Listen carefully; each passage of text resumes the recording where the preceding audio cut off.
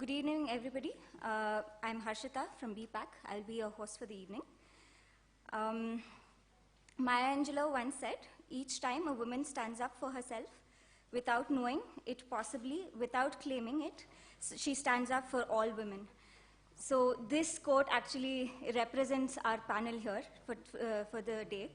And I would like to invite all of you all to the panel and thank you for joining us today. And I'd like to invite Dr. Marjorie, Consul General, to give the welcome address.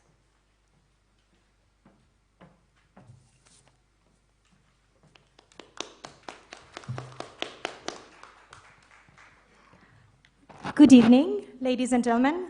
Thanks for being with us, either watching through your screen or our live audience here in the Alliance Française. Let me, first of all, thank the team of the Consulate General for helping me organizing this event, and I really want also to express my gratitude to our friends at BPAC, especially to Mrs. Revati Ashok, and tell them how enjoyable it's been to prepare this event with them. And also my heartfelt thanks to our friends at the Alliance Française de Bangalore, a beacon of French culture and language for the past 40 years, and especially to its director, Christian.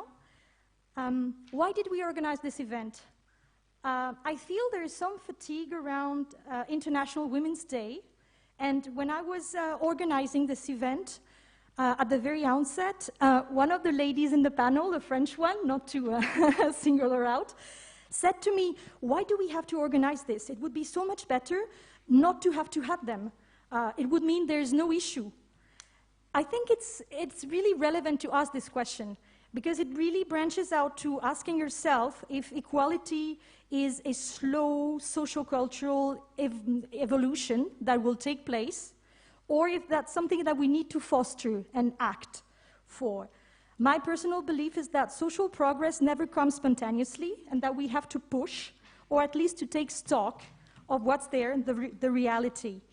So with Revati and with BPAC and with the Alliance Française, we have designed this event as very pragmatic, based on the personal experience of people who also act within a group, be it an institution or a company. We also designed it as very diverse, with different ages, sectors, social backgrounds being represented, as a conversation to see the common traits in the problems and the aspirations regarding female empowerment. And even I, standing before you, the Consul General of France, I consider myself empowered and privileged, but there's not a single week when something doesn't happen to me that makes me feel like a woman, in the wrong sense of the term, that makes me feel I'm treated a little bit differently from my male counterparts. So I can hardly imagine what it can be like in other walks of life and under more difficult conditions. This event gives us an opportunity for conversation also between French and Indian people. And there again, even though France and India are very different countries, different societies, I believe there are common aspects in what prevents female empowerment. My country, France, has set very ambitious targets, has a strong political agenda on equality based on public policies, especially laws, and there are great achievements. The female employment rate is extremely high, over 80%. However, there's still a lot of violence against women. There are still inequalities in the workplace, and the political representation in the national parliament is not too bad, 39%, but we can do a lot better. So this bounces back to the question of why we organize this event. We want to, have a conversation, come up with solutions to solve this issue. And may I now pass the floor to Mrs. Revati Ashok, CEO of BPAC, and my partner in crime in organizing all this. Thank you, Revati. Thank you all.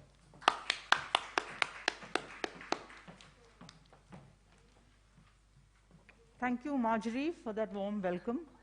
It's been really a pleasure to put together this event along with Marjorie over the last 1 month. We've been working towards trying to make it a little bit more unique and a little different from the normal panel discussions. We all know that gender empowerment it's not just a celebration on Women's Day, but every day has to be celebrated every day we have to work very hard on empowerment of women. And towards that, I think BPAC has been working for a long time on several issues. As we speak, we run an incubator program, a political incubator program, in which 33% are women.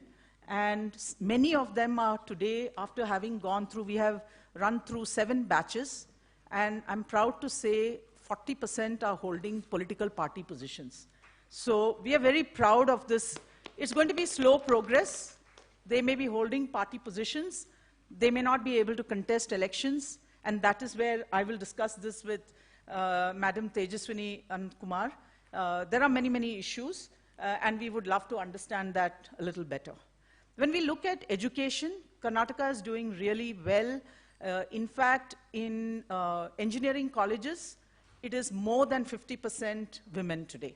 And that's really amazing, because there are more women who are in higher education than men. And that is actually creating a different inverse situation, and the government is somewhat concerned about it. But when you look at worker population ratio, it is not showing the same trend at all. It is whether you look at rural or urban, the worker population ratio is going down, and that is a matter of serious concern. And that is where we hope that Dr. Mukund Rajan will help us understand some of these issues better, because Karnataka has a gender development budget, gender-based budgeting system, which is very unique to the country. There are only 3 states in the country that do it, and Karnataka is one of them. In spite of all the schemes, there are phenomenal schemes for women, and there are some women in the audience who have done phenomenal work in making these schemes accessible. Some of our incubator trainees have made schemes accessible to several women. So I think there are many, many things to be done, but only when we do this collectively, we can achieve larger result. So what we try to do is connect the dots with all of this, and not to miss Madam Isha Pant. It is such a very, very important aspect of crime, women, and how do you make them feel safe, and how do you get more women to participate. Today, women in the police is 17%. When you look at judges, there are 29% women. When you look at IAS officers, they are 29% in the state, but police is only 17%. And so is the foreign service, it's only 17%. So the question is, how do you increase those numbers? Once you get to 33%, it's kind of a tipping point where you find more and more women coming. When you look at women in politics, it's fantastic that at the 3rd tier of governance, because of some very, very progressive policies consistently by different governments, Karnataka government has gone to 50% women's representation at the 3rd tier of governance. That is really amazing because of the reservation. But when you go to the assembly level and the parliament, I think we have numbers which are abysmal, which is 3%. When you have education, secondary education, where women are at 50% plus, and you're not able to get women into politics, we are not able to get women into police force. These are all pillars.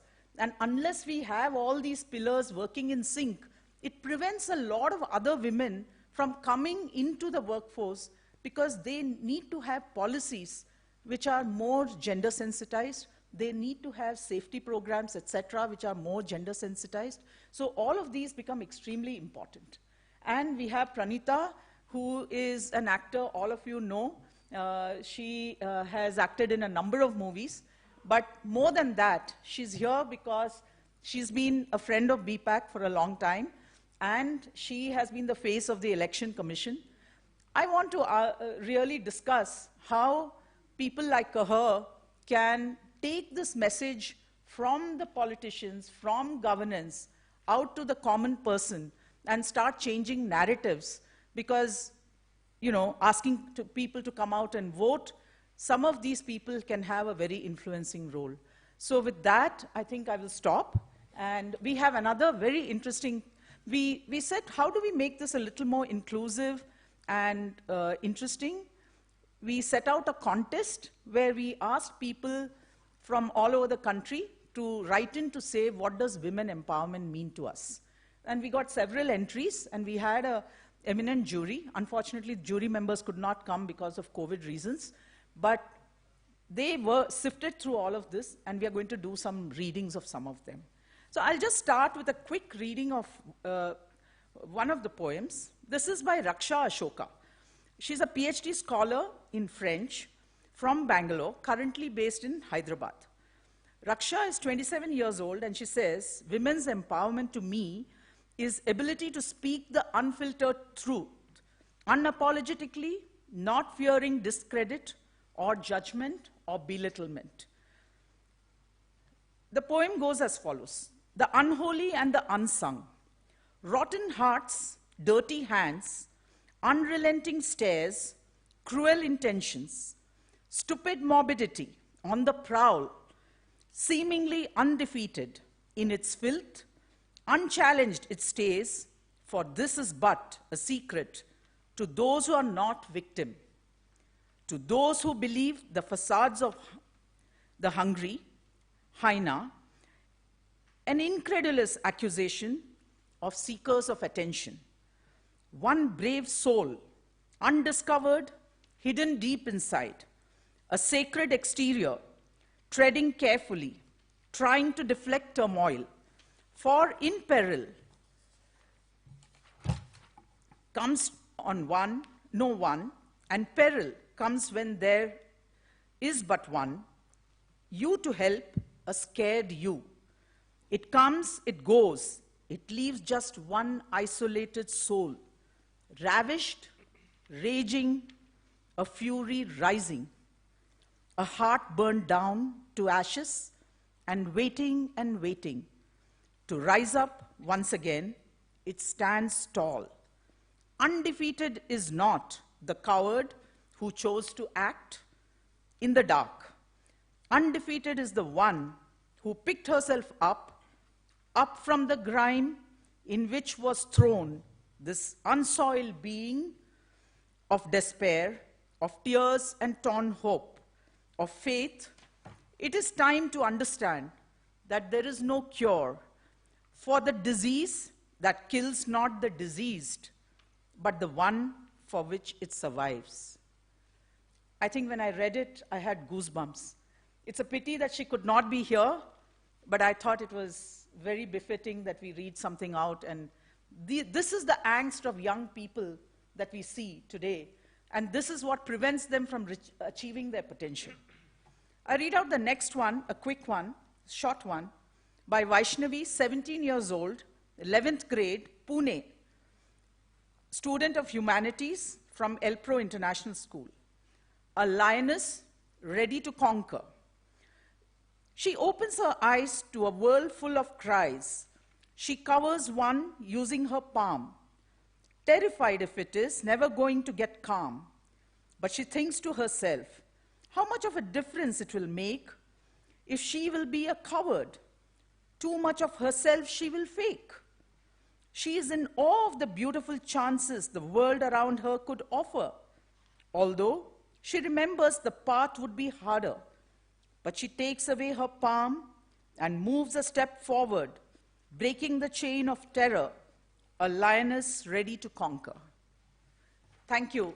I think this really tells us what's the poignancy of the youth today when they deal with all of this. And now we move on to the panel discussion.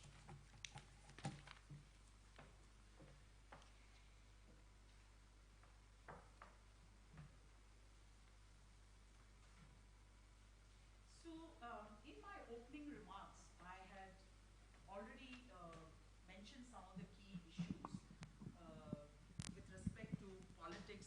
This panel is on politics and governance, and so I will take the first question to Dr. Mukund Rajan.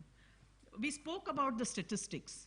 We spoke about the fantastic work that Karnataka is doing. I was really surprised to know that gender budgeting and the schemes for women are, and the Human Development Index, education levels, maternal mortality rate, all of them are very highly positive when you compare it with other states. We've made a lot of progress.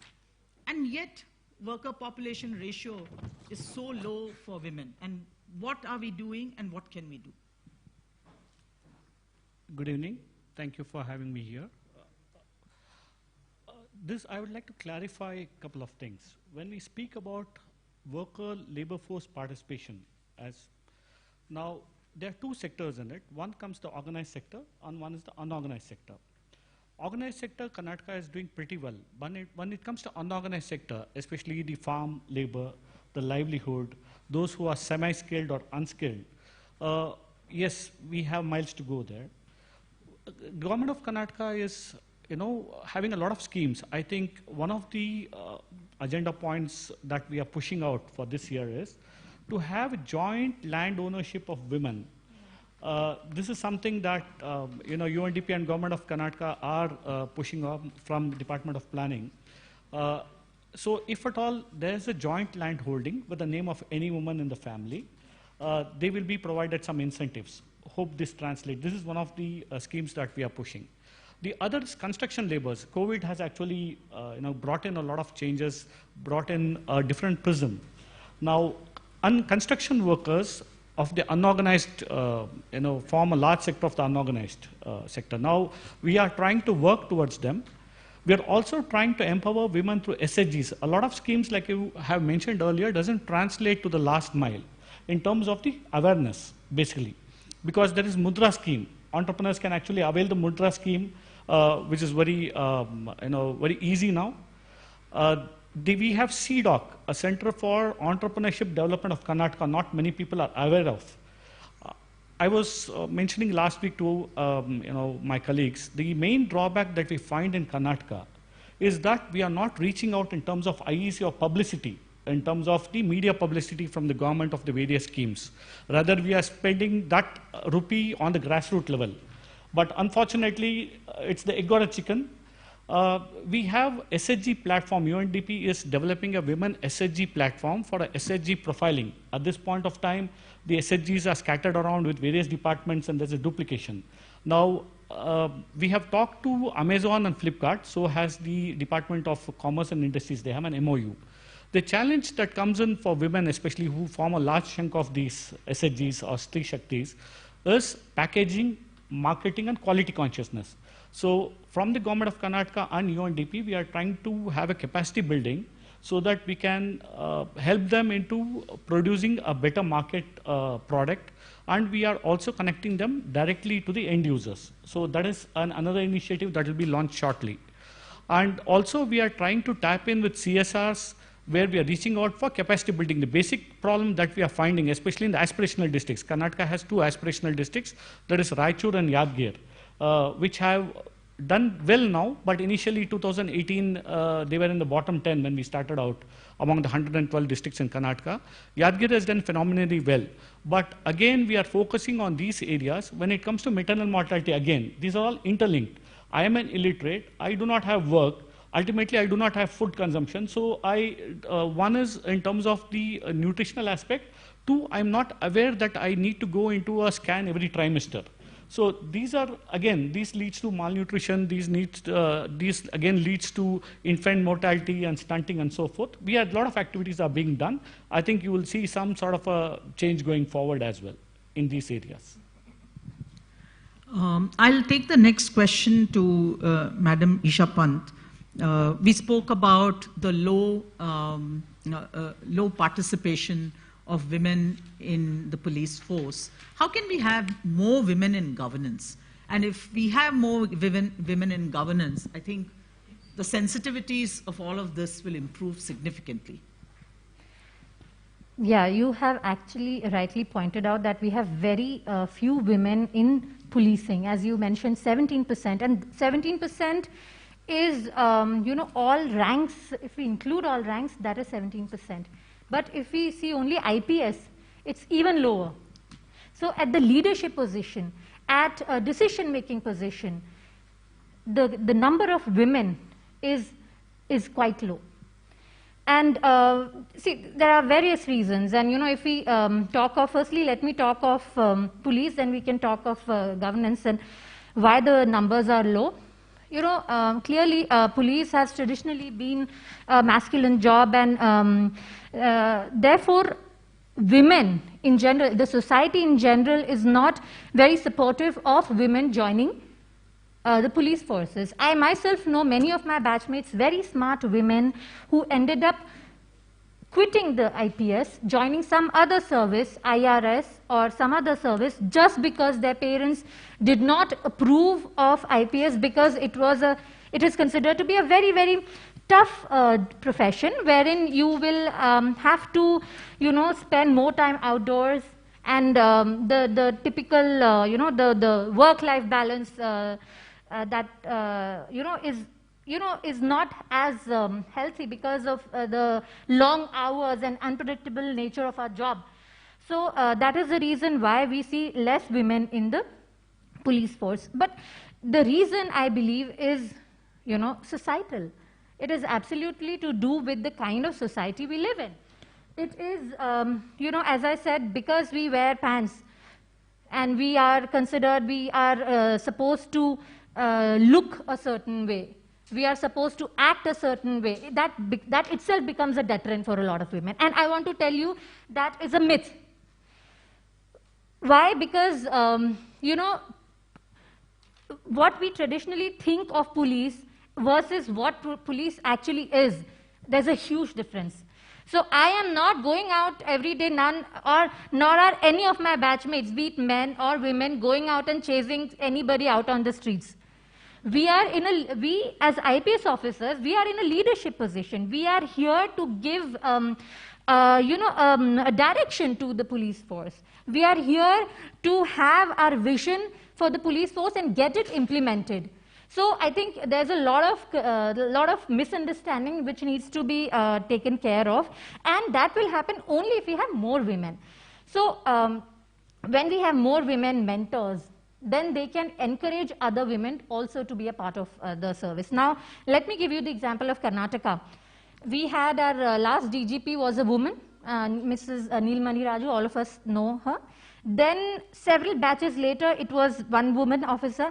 Then around 20 batches later, there was one another woman. So we are seeing, the numbers initially were very less, but now we see after my batch, in almost every batch we are seeing women joining. So there is a change, but as with any change, it will take its own time. And but I do see a positive change coming up, where we are seeing more and more women in leadership position, and also there is more openness to give field and executive positions to women. Earlier, it was very, very difficult for women to actually go into a field profession. What I mean by field profession is being the SP of a district. I'm only talking about IPS currently. So being the SP of a district. As the SP of the district, you are in an executive position, you are a decision maker, you are there as a change agent. So initially there was a lot of hesitation to give such positions to women, but now, because women have proved themselves, because they've proved that they are no less than anybody else, the society, the political dispensation, and everybody in general, they are more open to giving positions to women. So there is always a glass ceiling that has to be broken. So once the glass ceiling breaks, women have the opportunity to showcase themselves, showcase their abilities, and this is what is happening. And I always believe that if we actually want to institutionalize any change, we have to go it through the course of the government. We have to get it done through the government. Any act, any systemic change or institutionalized change for that matter. And not just in our country, throughout the world. We know the Lilly Ledbetter Act. All of us know that. It happened in 2009, as late as 2009. So in US, so Lilly Ledbetter Act, for maybe two, three people who do not know, Lilly Ledbetter Act is an act for equal pay, which was signed in 2009 by Barack Obama. So it was then that, that is when we have an act, the things get institutionalized. Be it the Sati Act, which happened long time when the British were there, Anti-Sati Act. or be it, any other act, be it the Prevention of Immoral Trafficking Act, or any other act for that matter. If we want to institutionalize any change, it has to go through the government route, because the society in general is very resistant to changes, any kind of change. So if we go through the government route, we will have greater chances of institutionalizing changes and enforcing that change to happen in the country. So, and also we need to have women who are in the decision-making position, because they can think from the perspective of other women. I am not saying that men cannot, but they, even all well-intentioned men, they need to know how a woman feels. For instance, I'll just give you an example, like, flexi working hours, or even toilets. Like in police stations, I know for a very long time we didn't have women toilets. Still, there are places where we do not have toilets for women in working positions. So what do we do? They are standing out in the, for bandobast duties for several hours together. Where do they go to toilets? They cannot just go, and like men, they cannot just, relieve themselves in the open. They cannot. They need their privacy. And now, because now we have more women, we have, portable toilets. We have those mobile toilets. Mobile toilets. So now, because other women have joined in a leadership position, we can think and create changes and make working conditions conducive for women, so that more women can join. Thank you, Isha. Madam Tejaswini, I came to you third because I wanted you to round up issues on governance and tie up the issues on policy and all of that. You have seen, you're a scientist, you have seen government in a different light. You're a politician. You wear so many hats. You do so much social work. You're working with women entrepreneurs. You have a very unique perspective on all of these aspects. So what is it that prevents Karnataka when it has 50% representation at the third tier? Is it only because, and we have only 3% representation at the assembly level? That is shameful, absolutely shameful. With such good, high-quality women in the state working so hard, why is it that we are not able to get more women into politics in decision-making positions?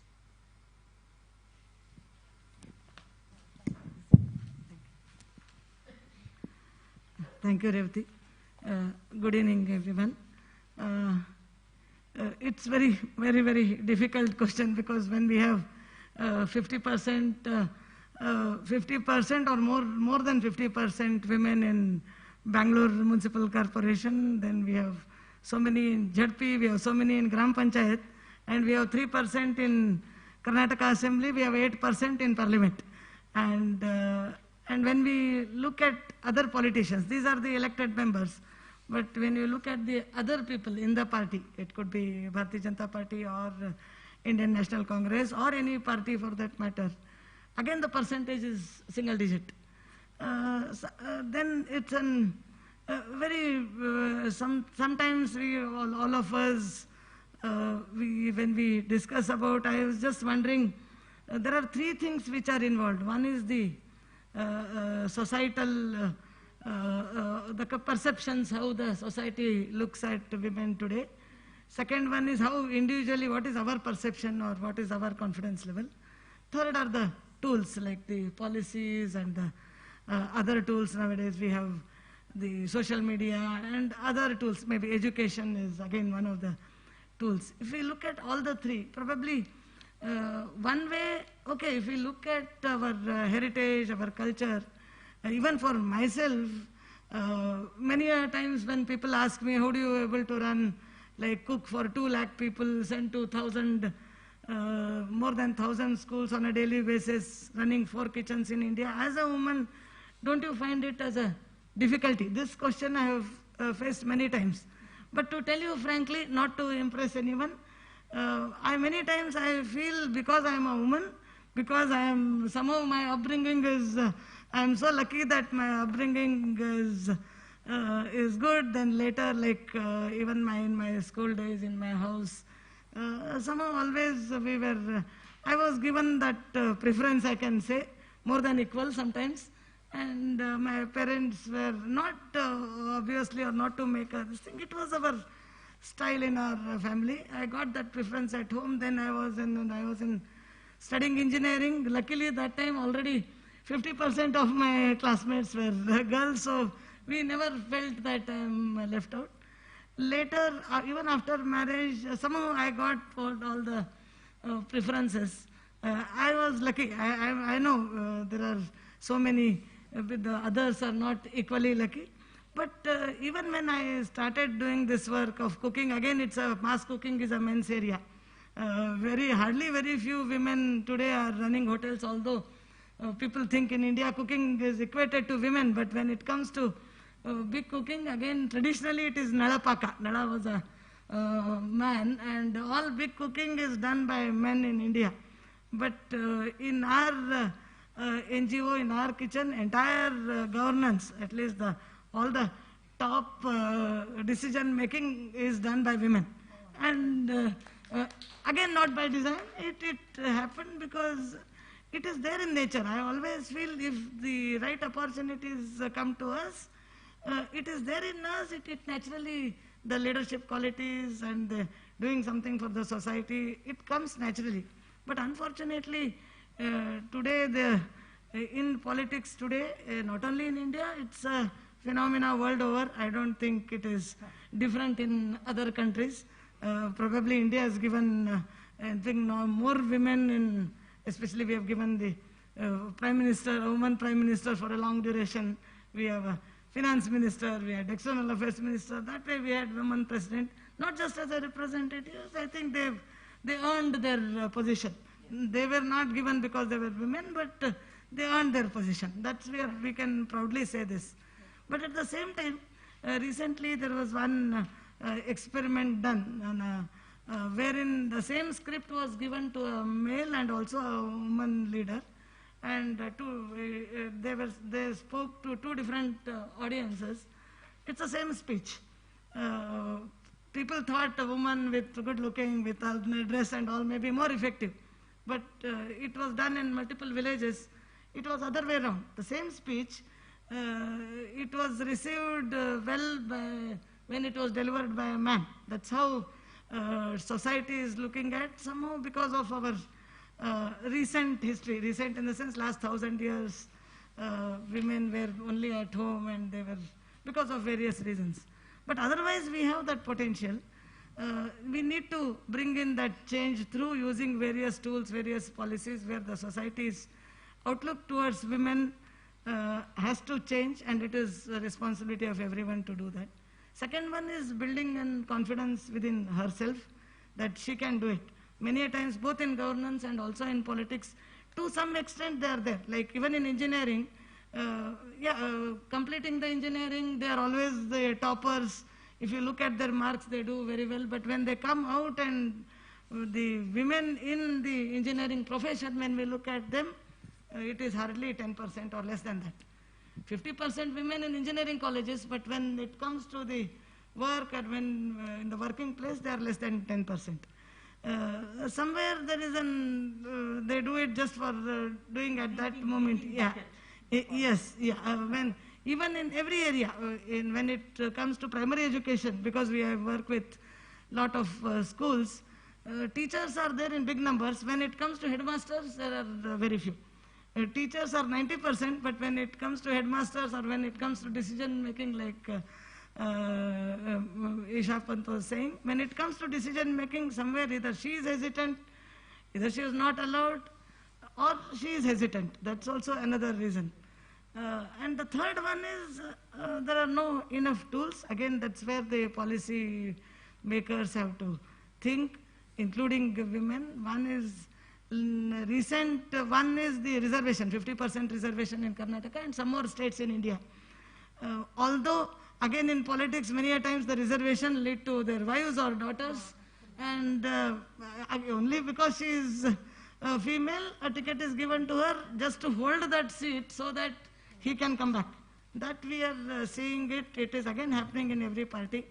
I can say it, there's nothing wrong, because including in BJP, it is there. But at least the perception of the society will slowly change. This also, we have to look at what all things we can, how we can change this, how we can make sure that this doesn't happen. We need to think about it, get more data, and need to explore.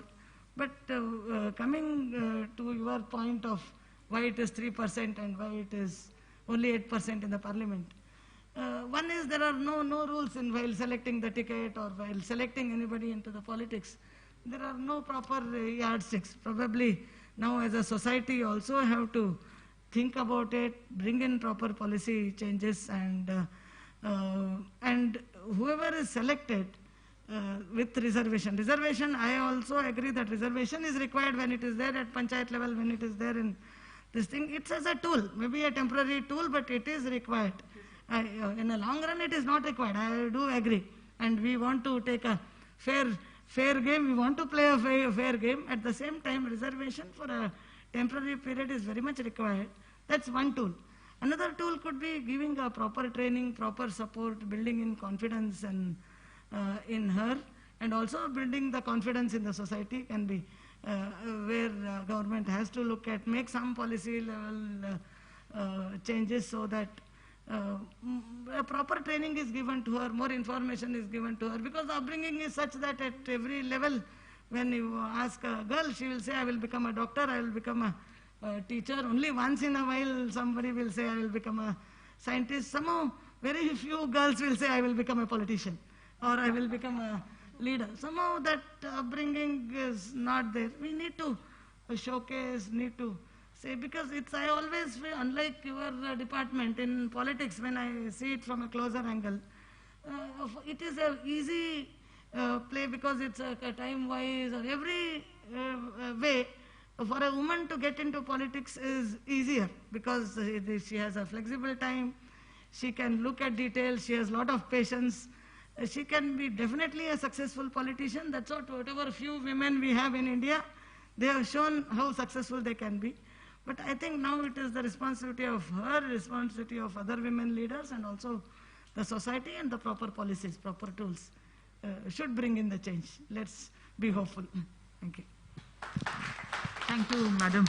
We are hoping that for over 20 years, this women's reservation bill, successive governments have said they will bring it to the, during elections they promise that they will bring it to the discussion table, but it doesn't get brought up. After getting elected, every successive government has forgotten about it and fails to bring it to, for discussion. And we know why it is, because there is a sense of patriarchy and their own positions will be threatened. So there are multiple reasons. While everybody agrees and election promises are made, that bill never comes up for discussion. It's in limbo for over 20 years. My last panelist, but not the least, all of these things, a lot of well-intentioned work is going on. People like you who have a big connect with the audience, general public, have a big role to play in communicating messages of all kinds, whether it be policing, whether it will be violence against women, whether it be communicating schemes and inspiring women to become great entrepreneurs, or getting them to join politics, or even asking them to vote. You were the face of the Election Commission. You are the face of safety for women. You have agreed to be a volunteer face of BPAC for safety for women. That's a very big statement and a bold statement. So what do you think is people like you, how they can contribute, and what makes you at this young age want to contribute like that? Good evening, everyone. I think that as actors, it is our responsibility to use the influence we have in the right direction. Unfortunately, I see most actors looking at politics as a means to continue their popularity and power once their film careers are over. And time and again, actors prove this point by being uninterested after getting elected, which completely defeats the purpose. And I think as young actors, as you said, I think each of us should take up this responsibility to be able to pass on this message from the government to the public. In fact, when I was shooting those videos for BPAC, I just realized there are so many amazing initiatives by the government, be it the Suraksha app, which is all about safety for women, be it the Parihara initiative, which is about counseling women who are going through domestic abuse, harassment, etc., be it the one-stop shop, which is all about, like, under one roof, all sorts of solutions for women in need, or whether it was the Namma 100, which is now 112, for emergency, for any kind of emergency and any victims of any sort of issues. But I figured that I myself wasn't aware of all these things. So if me, being an educated citizen of this country, is not aware of these amazing initiatives that the government has already set up, I just can't imagine the victims or the women who it is actually targeted at are completely unaware of this. And I think this message needs to be passed on, and that is the primary step. And today, social media is very strong. I think we should all use it in the right direction to be able to pass on this message. And coming to rural Karnataka, it's quite important for us to be able to go there and sort of explain that these things exist in regional languages. Or I think this is one thing that every actor, I don't know if it's possible, but if each of us could pledge to give a part of our time and effort towards such initiatives, it will really make a difference. Right. Thank you so much. I'm really mindful of time. I know we are really short of time.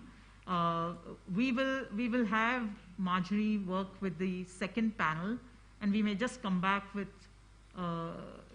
one more round of questions when we have time. If Marjorie, if you can just take on. Yes.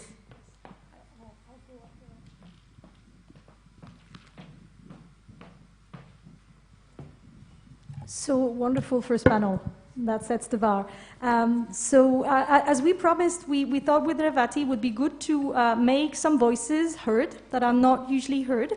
So apart from the contest, I also wanted to bring people's attention to the work being done by a French NGO called Life Project for Youth, LP4Y, which works in several countries, but in India, in several cities in India, with young adults that are victims of exclusion.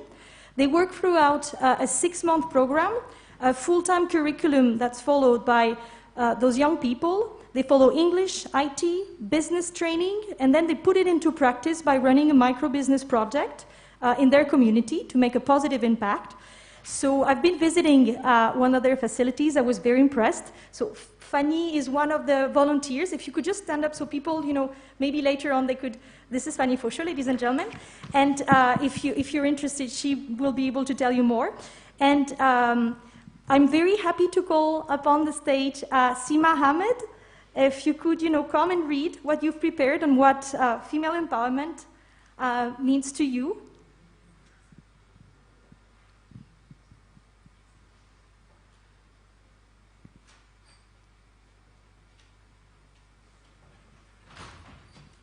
The floor is yours, my dear. Please, a round of applause. Hello everyone, my name is Seema Ahmed. I'm 18 years old. I come from Munibairappa block, Dijahalli in Bangalore. I'm one of the youth of LP4Y Center. For me, the women's empowerment is being autonomous, the ability to make our own choices and not being influenced by anyone. Having the rights and the power to decide for myself. One of the ways to get empowerment is by the school education. There are inequalities between girls and boys. For the access to school education, some parents do not let girls educate. Even she goes to school, if the girl gets married, the girl will have to quit. By providing school education, when girls grow up and become adults, are more open-minded. The women who did not get this education stay in the old way to think. They are under control of their husbands. The government has to control.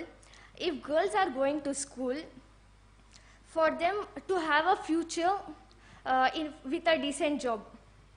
Thankfully, like my mother, some of these women even if they did not receive this education, have a different thought about the role of women. My mother educates me independent and autonomous.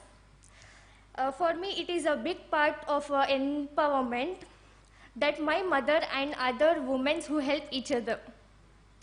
Also, getting education and having a job is very important to know what is right or not. Personally, I want a job to make my family proud of me and for my future. I don't want same issue, financial issues like I have in my family. Thank you for giving me this opportunity, and I'm very proud to participate at this event and meet each of you. Thank you.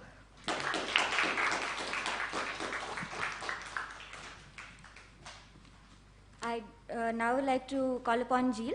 She's one of the winners of the poetry competition. She'll come and recite her poem.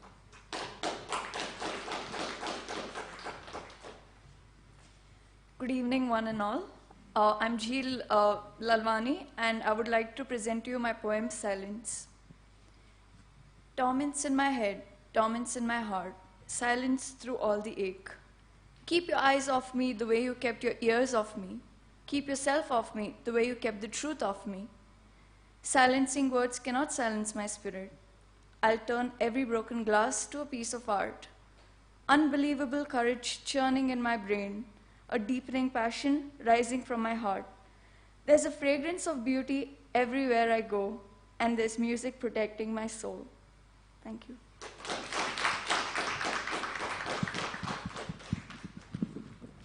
I'd now invite Dr. Marjorie to lead our second panel.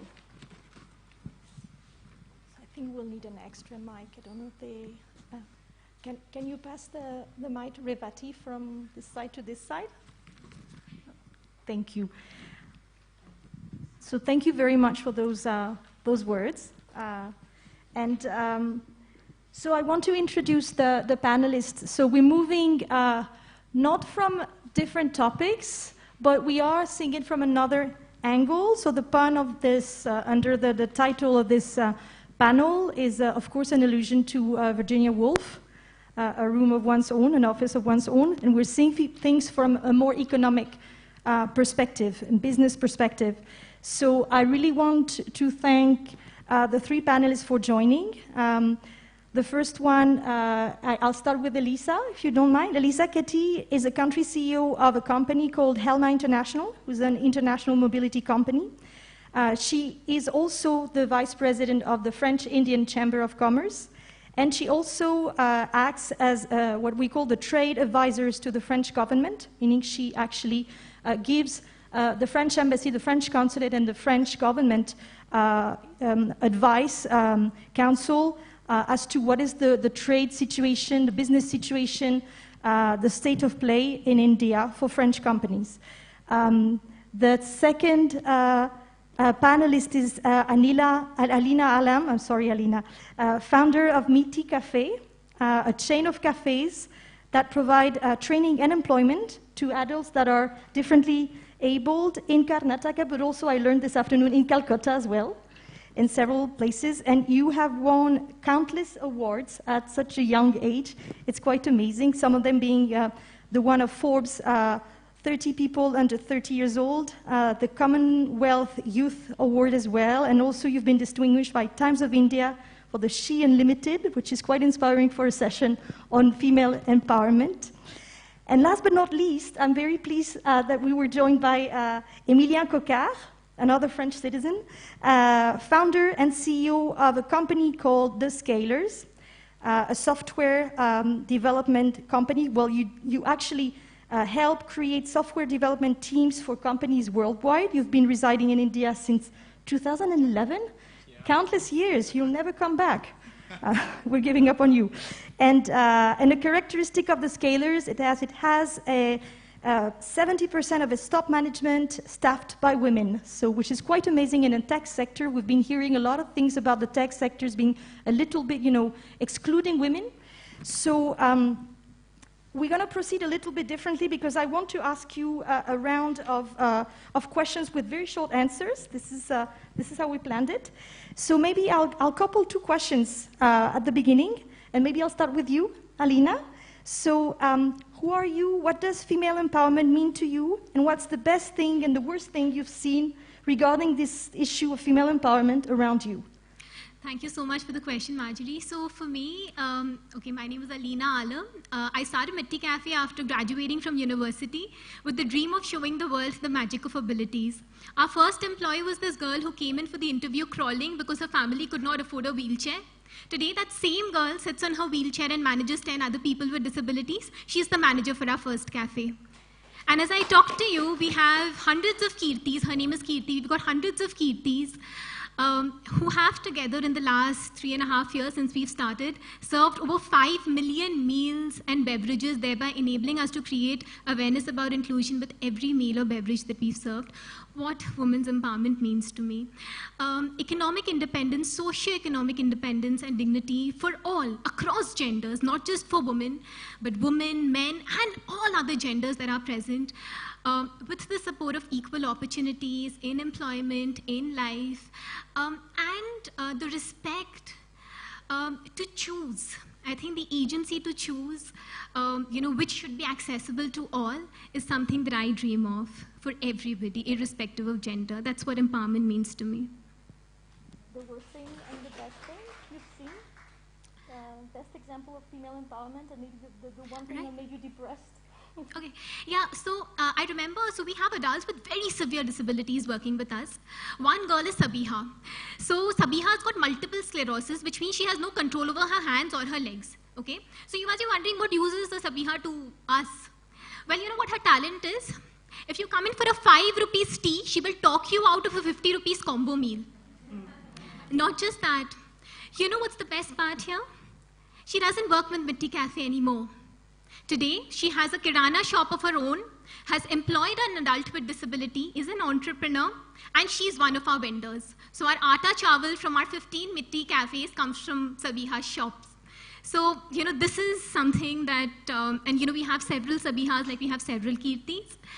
One thing, and, there are, as we grow up, we realize that, apart from, I've been privileged to be, brought up in a family, I belong to a Muslim family, but the kind of, empowerment and the way, the viewpoints of, the perception of my family from the rest of the world was something that just bewildered me with.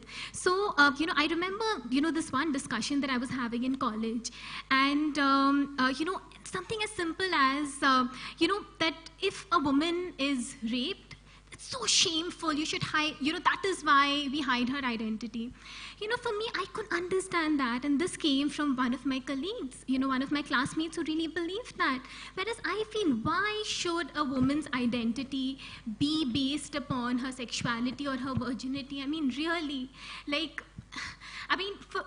for a woman, she's so much more than that. She's her dream. She's everything that she can do. She's her adamant. She's her passion. She's her energy. She's her compassion.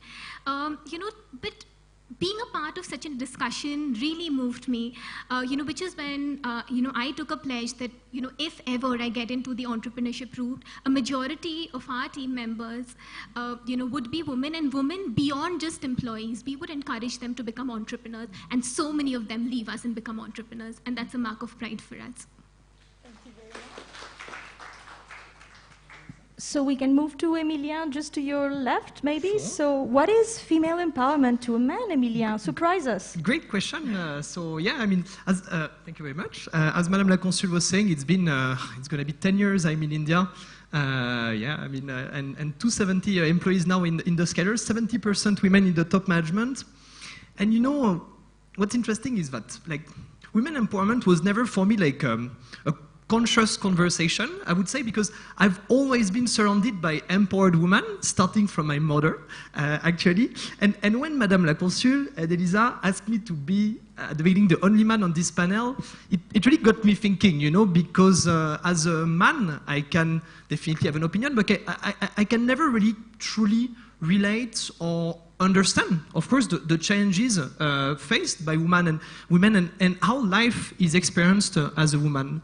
But what's clear is that for me, women empowerment is about really inclusivity.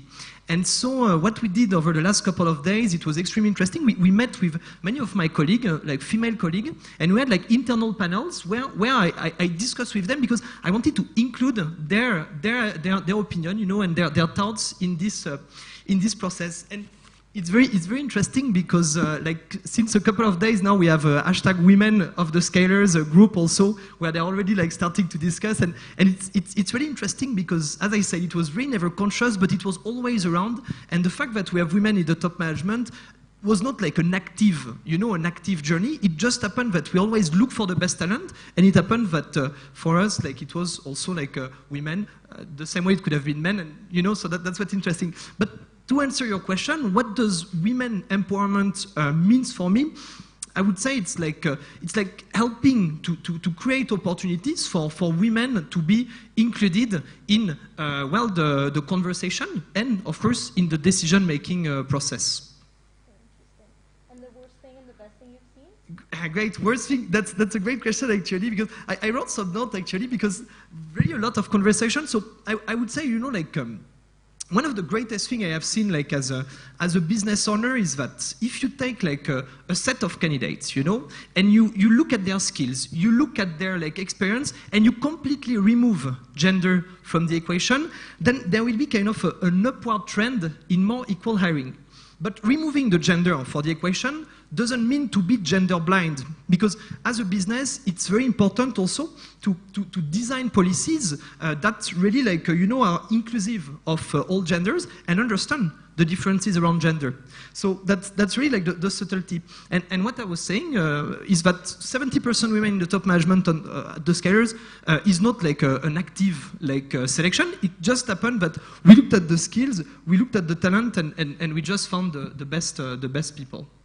So yeah, and the last thing, if I might want to add here, is that why is it important? Because I believe that by having also like women, of course, in the top management, it's really something also that can, you know, like inspire and empower others to take the risks, to take the challenges, and to achieve their dreams. And I think that's a great starting point as a business. Merci beaucoup. Thank you. So now a different sector, but Elisa, first of all, what is women's empowerment to you? So sorry for my French accent when I speak English.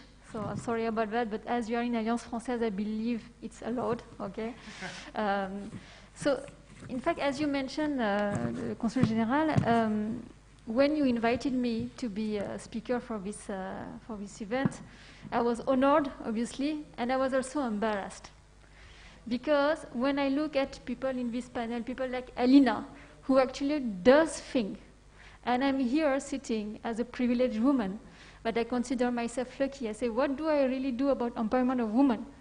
And then I realize, having said that it is thanks to all these women here, before me.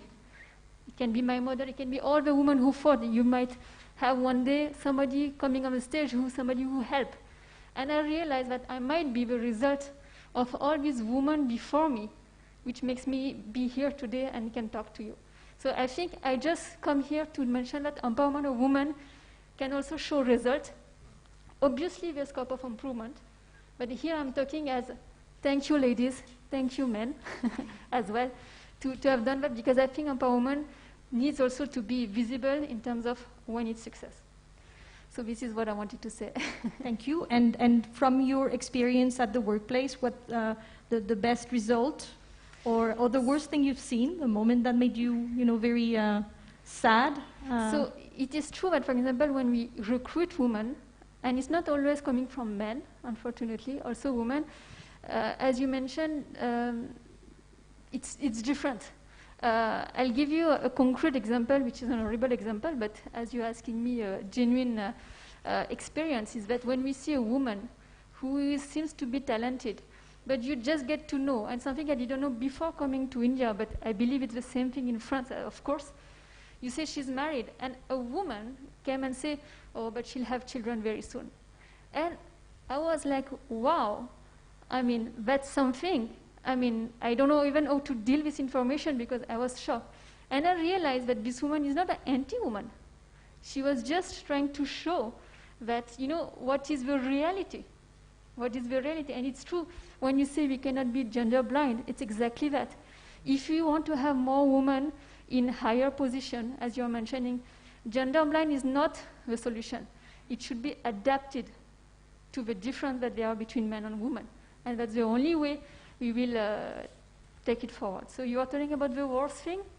It's not really the worst thing, but I remember something that happened to me. I was going to a client meeting, and the client meeting was, I think, a typical Indian, I will say, a person who was there for many, many, many years and have a lot of experience, and he didn't like to see new provider like me. Anyway, we had the opportunity to go and meet him, and I went with my salesperson, who is a man. And it happened that I always carry an, you know, a pen and a notebook or something like that. So from the moment I arrived, he assumed that I was the assistant of my salesperson. In fact, he was reporting to me. And it was kind of funny, let's be very honest. There was nothing wrong with that. And my salesperson was very embarrassed. And he said, oh, she's a country manager and she's French. And then, paf, I can see in the eyes of a person in front of me that it changed completely. And it was kind of funny, shall I say, because better to be funny than something else, to see the difference in the eyes. You were talking about perception. It's exactly that. I think the way we need to tackle the issue is basically the education and break the stereotype. That's a very good transition to my next question. So about the one issue that's been bugging me for years now, is this an evolution? Is this a change that we are to bring through policies? Or is this something we have to bring about by education and letting society change, or making it change, but through tools that are not those of a government, for instance? From a business perspective, Alina, what's your take on that? Sure, I think this is a very, very important question. You know, every time the budget comes out or any policy level change, you know, of course, it's extremely important, you know, for us to get scale, you know, scale and impact. But what is even more important is that communities, I mean, you know, communities take ownership of the change. You know, when we talk about, you know, the health of women in rural areas, so, you know, they're having anemia, so that's a problem. So the way you look at solutions, you know, maybe from a policy level, it'll be, acha, they have anemia, let's give them some iron pills. But solved. But that's not the solution. The solution is to ensure that their overall nutrition increases. Another policy level, you know, another thing that's coming from top down is building toilets. But building toilets doesn't mean that people will use it, right? I mean, you have to look at the cultural context. You'll have to see where the water is coming. You'll have to see whether the toilet doors are, you know, locked or are they accessible to all. And so many things. So, you know, I feel that change, for it to happen, and sustainable change can only be bottom up and participatory. Of course, you know, policies are extremely important, but a participatory, community-led approach is a non-negotiable. You have to involve communities, you have to involve women, and not just women. There are various layers. There are women residing in tribal areas, there are, you know, women who are acid attack survivors. There are several layers, and all of these people, if we're talking about them, their voices need to be heard. So, yeah. Bring a comparative, you know, perspective from France to India. You know both sectors now? Sure. So yeah, great question. So the question is versus like government policies versus community-based. Government policies versus, yeah. So that's also like a topic we really discussed with our colleagues, and we talked really for hours about that. It's interesting because if you look, you know, at the history, like there was always a feedback loop between the two, you know. And if we take voting rights, for instance, like there was this like this like cultural and social pressure, you know, like movement, and only this pressure did trigger the policy changes, you know. And why do I say a feedback loop? Is that the younger generation now take you know, voting rights as a norm, and are able to, like, you know, just build the next big thing. And that's how I guess I see that. So one will always like kind of inform the other. But what does it mean now in the context of like a business, you know? And it's also like an interesting point. I'm coming back to the topic of this panel. I would say like as a small business owner, we cannot always like actively, you know, like push towards empowerment, but we at least definitely like can and must set up the policies to create an equal playing field. And for us, I guess, as a business, it's a very important topic, the equal playing field, which means like to, as we understand, iron out like differences and set up everything even so that a woman at the scaler, a man at the scalers has the same opportunities to grow, to build, and to unleash their potential. And now coming to differences between France and India. So there is something quite interesting in France. It's the 10 years of a law that's called the Copé-Zimmermann law, which it's interesting because in 2011, the French government said there must be at least 40% women in the board of directors of companies. Okay, so at the time it was very controversial. It might still be, but what has happened in 2011? There were like 20% women in the board of the CAC 40, which are the 40 largest French companies, and now it's above like 44%. So, you know, it's very interesting because I believe that the French policymaker has been for many years like designing also actively designing policies to make sure that the women are represented in key sectors of the economy. And I'm also like a vice president of La French Tech, which is a French, you know, like the French community of all the startups and scale-ups across the world. And interestingly, for instance, we signed a chart that in any event we'll organize, there will be like at least 35% women represented in the panel. So I think France is probably quite advanced in terms of policies, but in India, you know, like if I look, for instance, at the IT industry, we do have proportionally much more women than we could have in France, you know. The IT industry, which is also like a very beautiful, you know, a very interesting industry here, has grown somehow as a non-gendered or less gendered industry. In France, it's really still attached with some kind of manly, probably stereotypes of the geek, the nerd behind his computer. But here we have really like a beautiful, like a less gendered industry. I say less gendered because unfortunately we are still in technical, like software development, jobs at around, I guess, 20-25% women. But that's something great. And you know, like for me, Bangalore is really a great city, and as we were talking earlier, like if you are into IT, if you are passionate about tech like me as a software developer, you'll be either in the Silicon Valley or in Bangalore. And it's great also, you know, to see like how this industry is growing to be more diverse and more inclusive. So do we need rules from the society, or will the society behave on its own? I believe if somebody can answer this question, it will be good. Obviously, I think the answer will be a balance between two, but it should serve both. For example, let's take the issue of a quota or the reservation. This is a rule given by a government. Some people, and I was including into that, we had the discussion before, but if I am a woman and I access to a position because I am a woman, and you were discussing about that, how good it is, in fact, for me personally. I will feel, wow, I don't even deserve it because of my competency, I just deserve it because of my gender. This is also discriminatory, isn't it? But this is probably required, and I do try to be open-minded and accept it because we need to probably correct a situation, a context where we are today. You are talking, Mrs. Revaki, about the patriarchal society where we are. It's exactly that. If today the context is not set to provide this equality, maybe we need to have rules to correct that. Having said that, how long should it be? For me, and this is my personal opinion, this will work, this quota, this reservation, whatever rules you implement to correct this inequality, only if it's temporary. But after the society should change their perception, their stereotypes, to come back. You were talking about voting a woman. Today, I don't think anybody contests that. Probably at that time, everybody was challenging that. Today, it's natural for us.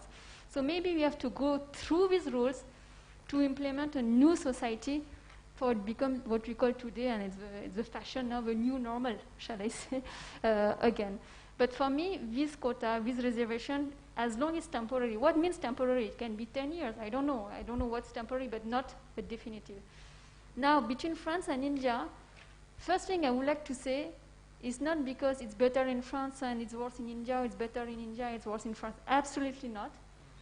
It's completely different. I have lived and worked in France. I have lived and worked I'm in Bangalore since the last 12 years. And it's just very different. As you mentioned in your introduction, now France is trying to put more rules, means more aware with this global awareness happening on women. They have a special person dedicated on that in the government on all that. They are trying to put some rules, and they are probably best practice to take from that. I'm thinking about, I was talking about recruitment, having a CV without photo, without name, without gender.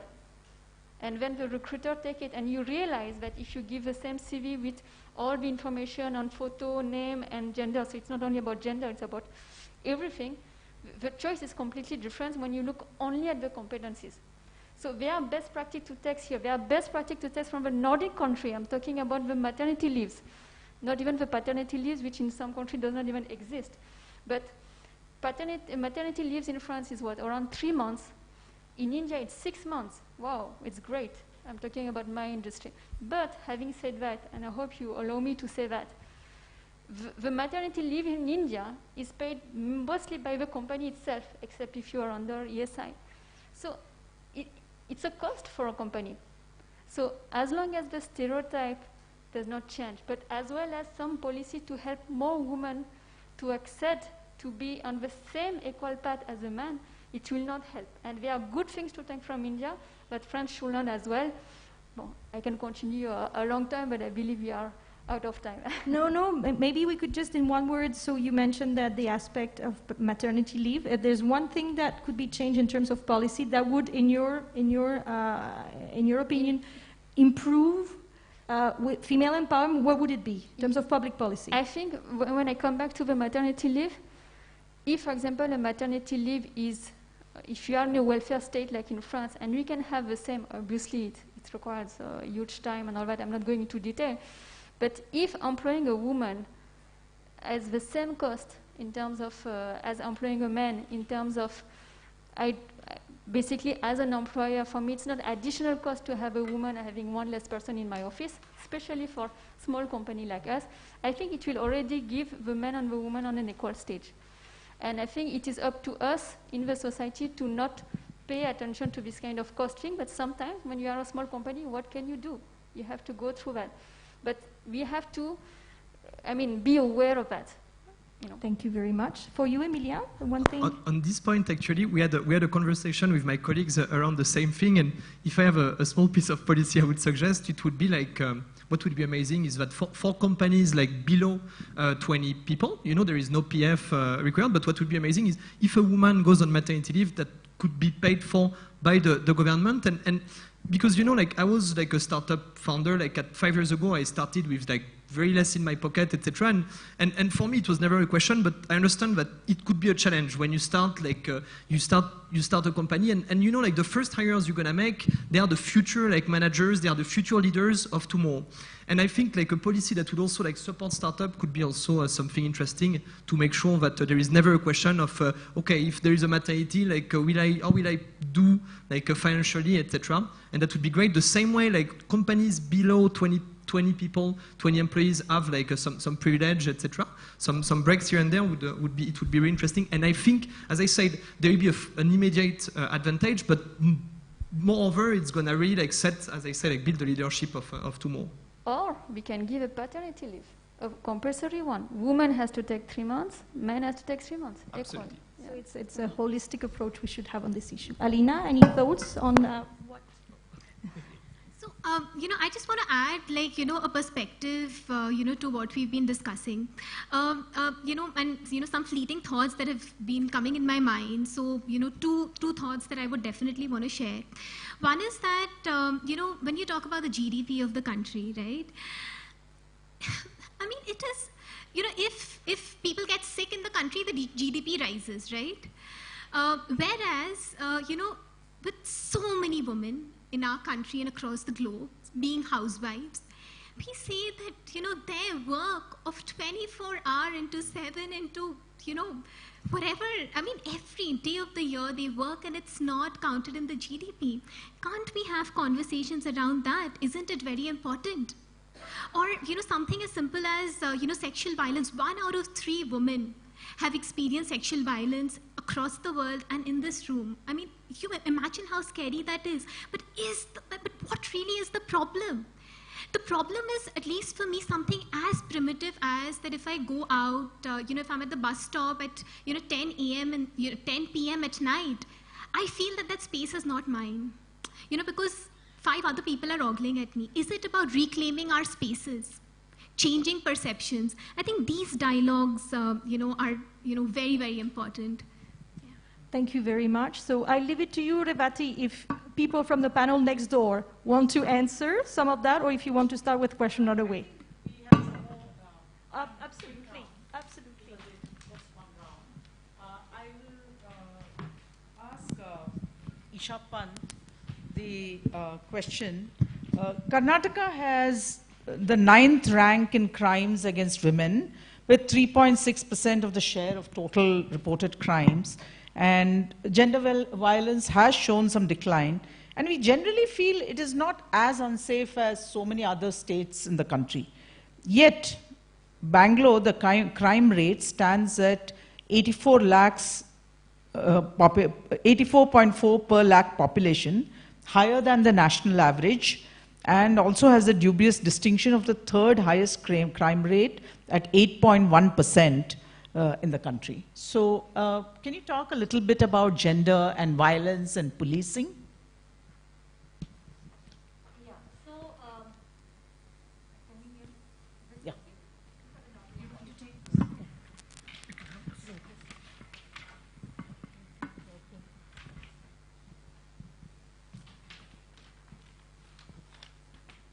So yeah, I always believe that if a society is safe for women, it is safe for everyone, obviously. Like as Alina rightly pointed out that, public spaces, they do not belong to women in our country. If you go out on the street, how many women do you see? What is the ratio of men and women out in the street? How many women can sit in a chai shop and have chai with their friends? How many? How many women can just, stand in one corner and just hang out with their friends? So we see that the public spaces in our country do not belong to women, and we need to reclaim those places. And how do we reclaim it? We actually started one campaign with BPAC, and BPAC was a part of that campaign. So it was identifying certain places in Bangalore, and I was in Southeast, so we identified certain places there, and we, for 2 weeks, for 14 days, we ensured that women go and occupy those places. Now what happens? Why 14 days and why this campaign? So 14 days because, in general, any kind of change or any kind of mindset change to happen or trigger to happen, people require time. So if they see women in a particular place every day for 14 days expressing themselves, so there we had a lot of cultural activities, a lot of programs where women were talking, they were singing, they were dancing, they were learning self-defense techniques and all those things. So when other people who live in the locality, they started observing women present in those places, their attitude slightly had a change. And it's a long, it doesn't happen even in 14 days. We need to continue it. So it is important that women purposefully, they go out and they occupy public spaces. That is one thing very, very important for us to feel safe. Secondly, as you asked about, why there is an increase, why do we see so many crimes against women? Now, and Bangalore being one of the, more literate cities and, more open cities where women go out much more than they do in other places. I always believe education is not the only solution to empowerment. Education is one of the things, but it is important for us to internalize these things. The internalize empowerment, the values. What is empowerment? Empowerment is not just woman, educated woman going out and working. That woman may not be an empowered woman. What does an empowered woman mean? And who is an empowered woman? Is somebody who is in a position to take decision for herself, as was pointed out by Emmeline. Yeah. So woman should be in a position to take decision for herself. That for herself. That is very, very important, and that woman truly becomes an empowered woman. So are we having those kind of women in our society, and how many? If a woman who is married is experiencing domestic violence, is she in a position to come out and come out of that marriage if it is becoming unbearable, or is she in a position to, stand up for, if some kind of physical violence is happening? So there was a movie called Thappad. All of us, many of us have heard of that movie, and I watched that movie, and I also know many people, both men and women, said that this movie is very, the character in that movie played by Taapsee Pannu, she has exaggerated everything. And why would she leave a marriage for one thappad or one slap? I said, why not? Why do we think that it is okay to accept violence? That is because, we were just having discussion, right? Like, because it has become so common, so pervasive that we accept it. Similarly, when we go out on the street and we are ogled upon, eve teasing, it has become so common that we accept it. And how many, all these women sitting here, I have a question for you. How many of you have faced street sexual harassment? I think everyone. Please, even if you don't raise your hands, I know all of us have. How many of us have actually gone to the police station and complained? Just 1, 2, 3 apps. That's it. Why? Why do we accept it? Why do we think it's okay? See, there are multiple reasons for that. The society, your parents will be like, why are you going? They will start pointing fingers at you, as you had pointed out, right? Somebody pointed out that why should it become my problem? Why should it be on the woman? Why should it become the fault of a woman if an act of sexual harassment is, perpetrated upon her? But that's our society, and that's what we need to change. Secondly, I am in the police, and I am aware that, many times police stations are not as friendly. And that is one of the reasons women in our country do not go to the police station. That is why, let me inform all of you that in Bangalore City Police, we have started a new initiative wherein we have employed women from public, civilian women. In each police station, they are called as women help desk officers. They are working in 2 shifts in all the police stations. And if you go to any woman goes to the police station, it is those women in civil clothes who will be, who are trained in psychological first aid, who are trained in communication by NIMHANS professors and self-care and all the laws relating to women, who will be sitting there and speaking to you, so that you do not feel intimidated. We are trying to come up with things to make police stations less intimidating, so to say, and for that women to come out and complain. So and I am not surprised if women, the number of crimes are high, because it is also, kind of good in a way that women are coming out and complaining. I think it is important for us to raise a voice. Definitely crimes have to come down. It requires not just policing, it is also about societal mindset, where people think it is not okay to do certain acts. We should not accept these things. A man who is whistling, if the mother gets to know, she'll be like, he's a boy, let him do it. What is the mother? How can she even say that? I have personally met a lot of mothers who have said such things. So being a woman, becoming a victim of Stockholm Syndrome and perpetrating such thought process is something that we need to break. So it is not just, I think, any kind of such things, it is not just the police. Police definitely have a major role to play, but it is the society. We need to change the mindset of the society so that these things do not become acceptable. Yeah. Did I answer your question? More than answer it? These are all very complex questions and require a lot. Tejaswini, just quickly, ma'am, what is the discussion you see in the government? You are privy to a lot more discussions of actually bringing more women into the assembly and in the parliament. Is there a serious discussion or there is no discussion? I know I'm asking a tough question, but because I think this is the crux of the issue. Yeah, very, very true. And when we look at the numbers, last 20, 30 years, the women in every area, from aerospace to agriculture. The worst is politics. Yes.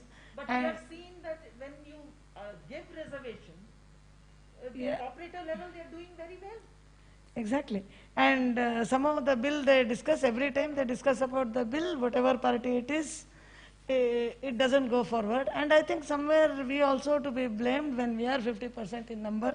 Somewhere we are not raising the voice. I feel now it is high time that across party sections, women have to come forward, ask for this. I'm not saying ask for exactly the reservation. Of course, reservation is also a tool.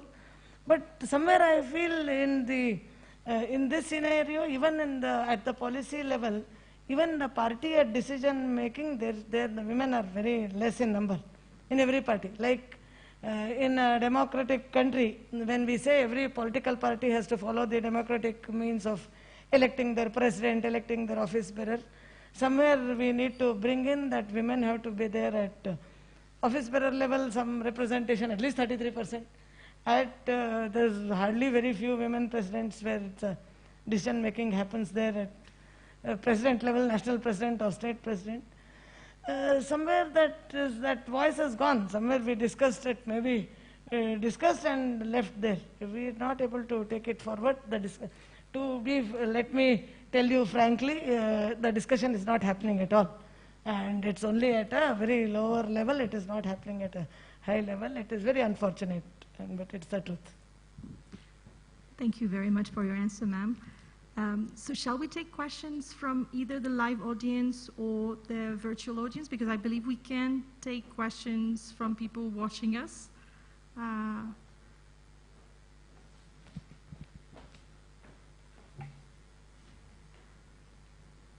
So shall we start from the virtual questions, so to speak? Is there any hand raising to also ask question from the live audience?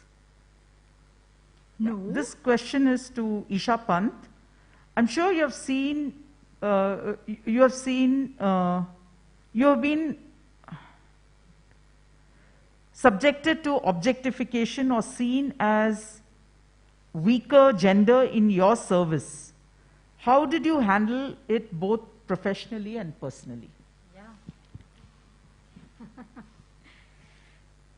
I remember when I joined the police service, I went and joined as probationers. We are required to go to police station and serve as inspectors for 3 months during our training period.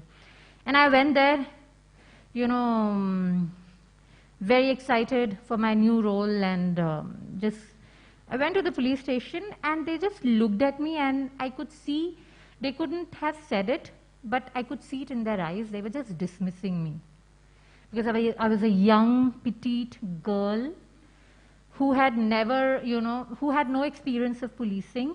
And they had never, that police station, and most of the police stations throughout the country, had not seen a woman leading them.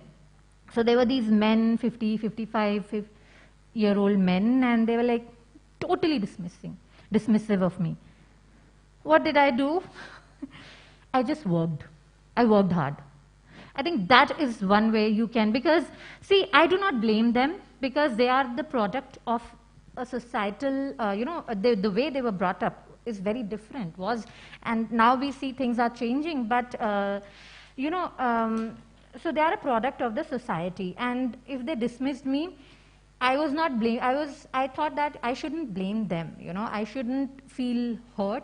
In fact, I should tell them who I am and what I am. And that is how I, dealt with, and even now, to be very honest. People are dismissive of women officers, and you know, if there's a big law and order bandobast, they would not put a woman officer in the forefront. I was 8 months pregnant when I was in Tumkur district. I was SP of the district, and there was a huge law and order, there was a communal issue that happened. And so what happened, I told my IG, and he's a very nice person, very well-intentioned man, and I have nothing. I mean, what I'm trying to say is, I was able to handle the situation very well, but he thought that it was important for him to get SPs from other districts to kind of support me. And they came and they're like, we have nothing to do, you have already handled everything. But what I'm trying to say is, because he thought that maybe because I'm a woman and I am pregnant, I would not be able to handle the situation, which I was able to. So these biases will be there, and we can only break them through our work. And we have to, and we shouldn't get affected by all these stereotypes and prejudices we shouldn't become a victim of those prejudices, which I see a lot of women, especially at the lower rank, happening, you know. So when I became the DCP Southeast, I had a meeting with all my women sub-inspectors and all my constabulary. And I was seeing, and I asked them what duty they were doing, and most of them were doing desk jobs. They were not going out in the street, not doing any patrolling duty, not driving the Cheetah two-wheeler, not driving the Hoysala four-wheelers. And you know, they were always sitting beside someone or behind someone. So I trained them. I trained them in martial arts, and I trained them in two-wheeler, four-wheeler training. I gave them that. I ensured that they go out in field duty, and I could see how wonderfully they were performing. So we need to do this, and we need to ensure that they come out of that. Madam was talking about confidence. That is very important, that, you know, we instill confidence in them. And as women, we understand that they are capable of that. Men will be like, okay, a lot of men, not all, a lot of men would dismiss them. So we need to take steps ensuring that we become their mentors and ensure they are able to exhibit their abilities. Yeah. Thank you. Still no question from the live audience? Oh, yes, there's one hand, and I think I know this lady. Could we get, I can shout it. I'm loud enough. Okay. Yeah, so I think my question can be pertaining to any of the panelists. The question is that we've talked about the influence of society and how this society is sometimes trying to crush the women and so on and so forth. But from my own experience, what I've seen is that more than the men who are super supportive, especially nowadays, there are a lot of women who are pulling back the women, especially at home, in spite of having, you know, a highly educated family and things like that. Still, people are aware of all these ups and downs that we face, both in profession and things like that. But there's still a lot of cases where the women in the family, for example, are trying to pull their, you know, girl child down or something like that. And what is your take on that? Because more than the fathers, sometimes it's the mothers who are saying that you're not supposed to do that, or you're not supposed to dream so high because you are supposed to be, you know, be having a certain role in the society. So what's your take on that? Anybody can answer that.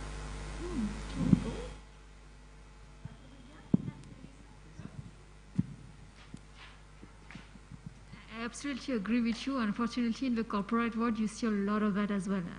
Family, I might not be able to comment much in the society, but in the corporate world, it's exactly what it is. Because it is so difficult for a woman to go in this stage that she doesn't want anybody else to have it. It's absolutely crazy, but it's exactly what is happening. Again, you were mentioning something really interesting, is that you are talking about education, one of the way to solve the issue. The first educator is the mother. I mean, and in order to change that, it will take years and generations to change that. I think if a child is exposed to a lot of diversity, thanks to people like you, thanks to BPAC, thanks to people like you and all that, I think it will help the child also to come out from that, to see other women, to see other men, to see it's just an exposure to have, and the more the children are exposed, the best will be able to have their own thing. But it will be difficult. Clearly, it will be difficult. You are discussing about the help that the government has put in place, and you are right.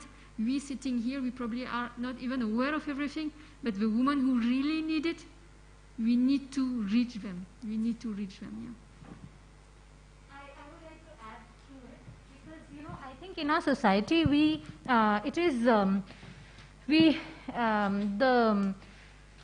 put it on women, as to be the carriers of societal values. And if a mother is not able to instill those societal values on her, she's judged as being a bad mother. And that is what she's scared of. Women are judged. Every single step they take, they are judged. Right? So that mother, she is brought up in a way she's scared. In our society, what will the neighbor say? What will this person say? What will that person say? What will the relative say? We are brought up thinking that way. What will the world say? Nothing. What about what do I want? Nobody wants to talk about that, because that's the kind of society we live in. And women, as I said, the mantle is on them, and therefore they get very scared, and they beg. It's more about, being scared of being judged. And that is why they actually kind of enforce those value systems on you. And definitely we all have heard of Stockholm Syndrome, and that's how, women are also victims of the same Stockholm Syndrome. So I think that is why we see women trying to pull, as you said, women down more. Although things are changing, we are talking of sisterhood, we are talking of, women standing for each other, and I think the change will happen. There is also a kick the ladder syndrome in professional life. A lot of women who go up just kick the ladder down, and they don't allow a lot of women to come up. So I think in the interest of time, Pranita, there is a question for you. Women are seen as just seen as somebody who is used to add glamour in movies. What can be done to empower women? And I think it's a larger question than that. Everybody uniformly said it's about changing narratives. Reservation is only one, education is only another, but even educated women are not empowered. So how can people like you make that mind shift change in the minds of the common person? I think India's biggest soft power is its movies, undoubtedly, because everything that we know which is not taught in school, which is not taught at home, is through movies. And I think that with every generation there are different movies, and currently I think I'm really proud that there are so many movies coming out which are bringing the right narrative. Whether it's I was just recently talking about menstruation and how it is still a taboo, and how we were doing this online discussion, and there were there were girls from rural schools from rural areas who were telling me about superstitions and taboos associated with it, and they didn't even want to converse or even want to talk about it. And that's when I realized that a movie like Padman, for that matter, and with all the actors holding a pad, in the open and saying that this is normal. So I think movies do help in normalizing conversations, in normalizing what is a taboo. There are movies like Thappad, which I think which bring a perspective, at least, because most people think, oh my God, if I'm going to do this, I'm going to be judged. But at least a movie is going to tell you, no, you can take a stand. Or Priyanka Chopra's Ganga Jal, which apparently was based on Isha Pant ma'am. And so I think it really drives in a way that women feel more confident about taking on any issue, because until now we've all been suppressed and we're all worried about being judged. I think through movies people are standing up for themselves, so I think movies are doing a great job right now.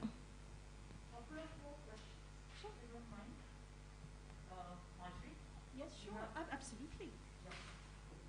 So this is for Tejaswini ma'am. Would you allow your daughter to enter politics? Would you encourage her? And what would you advise to the youth?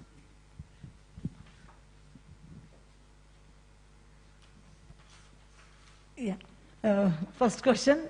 Yeah, my daughter was here, but my daughter was here. It's oh, she's there. Yeah.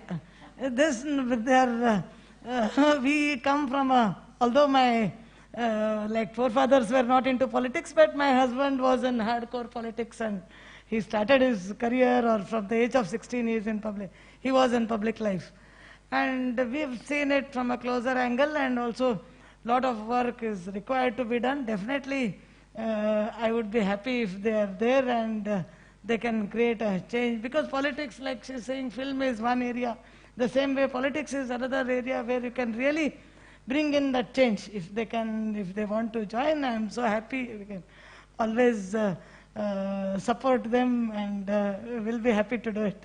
Not because they're daughter of somebody, not because their parent, but with their own strength. If they can get in, it'll be more wonderful. I'll be more happy. Sorry, I missed the second question. The Message. second question was, what would your advice to young women be? Especially again, this politics has become this very unfair game nowadays, because it's very difficult to, even if they want to get in, it is very difficult. But at the same time, for young women, it is very much required that they should get in, understand what's happening around, get into the discussion of politics. Many a times women never discuss about political things. They don't even know what's happening. They don't even know when is the election day. They don't even know whom to vote. They just ask someone and vote. I think that is, then it will make the whole situation more unfair. It's very much required that women have to understand what's happening. They have to have a say. They have to have their own opinion. It is not that women will have to limit themselves to more glamour or more one section of the society. It's very much important. I think more and more young women should know, participate, raise their voice. They have if you ask me, women have a stronger voice if she raises her voice, but she has to. Thank you. That's fantastic, because that's where people like Pranita being the face of election commission, going out there, talking about safety, all these things make a difference. One last question, if I may, to Mr. Mukul Raj. Have you done, Karnataka government has multiple schemes.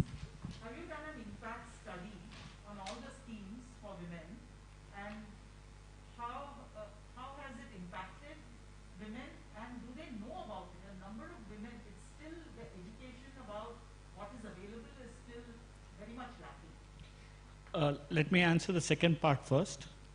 I do agree, and we all do agree, that awareness of the schemes is the biggest challenge. Like I told you, there's a cost to it. So I think the government is finding an equilibrium between spending on the scheme itself vis-a-vis spending on advertising. And that is where I would like to use this forum, pardon me, for reaching out to people. The message is two parts. One is Sustainable Development Goals, and I head the Sustainable Development Goals for Karnataka, the coordination center with government. And I would take this opportunity to thank BPAC and the Consul General, because this is about Goal 5, gender equality. So thank you very much. We are trying to improvise Goal 5. Karnataka needs to do a lot of these things. This is one. Two is, yes, in terms of the schemes, we are converging a lot of schemes, especially now in the pre-budget session, the Department of Planning. We have had an analysis of the entire schemes, not only the gender schemes, the entire schemes, and we are trying to bring a convergence, because if you look at it, gender budget is now about 15.88% of the entire budget is on gender budget per se. In fact, a portal has been launched called Avalokana, where every citizen can have a look at the budget and its spend. We are trying to converge these schemes. We are also trying to converge the activities on ground. That is where the units like us or UNDP who works within the government, because government is a huge silos. The Department of Women and Child Empowerment, the Department of Rural Development, Skill Development, everybody have some schemes for women. But at the end of the day, either they are duplicated to the same beneficiary or they don't reach anybody. This is the basic challenge. We are trying to bring a convergence, and I think going forward from April, because we already have discussed with the departments, we had initial rounds from Jan, and we are converging a lot of these schemes on ground, and you can see a change as well. And finally, to conclude, like Ms. Isha had mentioned, it takes a woman to understand a woman's problem. So we are headed by a woman. We work with a woman, Dr. Shalini, so she drives this.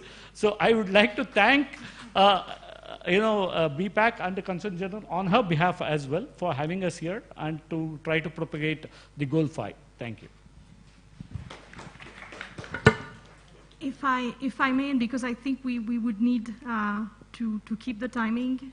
if you agree. Just maybe 2 points on my side based on what we've heard and my experience all year round, because we shouldn't limit this discussion to, International Women's Day week or month. We shouldn't be in denial outside of the forums that are dedicated to this issue. This is very important. More often than not, I see a lot of institutions dedicating special events to women's empowerment, the issue of equality, and then the same people, a couple of weeks later, making decisions without even taking into account this issue. It's not just a topic, it's not just, it's really a reality, so no denial. The second one is, I'm struck by, the points that were made by my panelists, in the sense that part of my job is to make, entrepreneurs and business people talk to the authorities, French, Indian, but the issue of equality never comes up. More often than not, what comes, from the grassroots level, from the business level, is more about, taxation, operational issues, land issues, and never have I had any French entrepreneurs say to me, this is different from what we do in France in terms of maternity leave. So I guess if we make it an objective, then it will be something that business people can raise and we can make progress. Those are the 2 points I wanted to make. I want to thank all the panelists again. And thank you, live audience. Thank you, virtual audience. Revati, if you... And we just have to announce the winners. Absolutely. So let's close on that. So from the contest, we had 3 winners from the poetry section and 2 from the prose. But in person today, we have Jill Lalwani today to receive her certificate from Revati ma'am and Marjorie.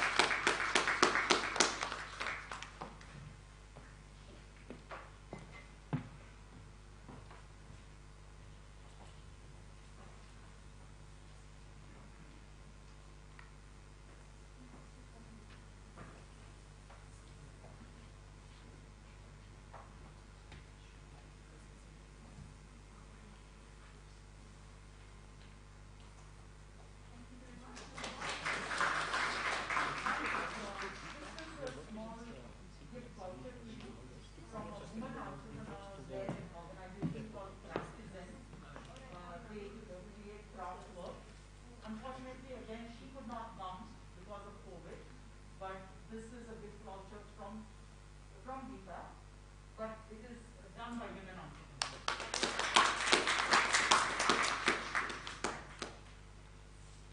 So with that, I think thank you very much, everyone. To a close. Huh? Oh, I think we don't have your... No, out of time. yes. Thank you very much. We've already had some of these questions. I think we are out of time. Thanks a lot, everyone. Thank you very much.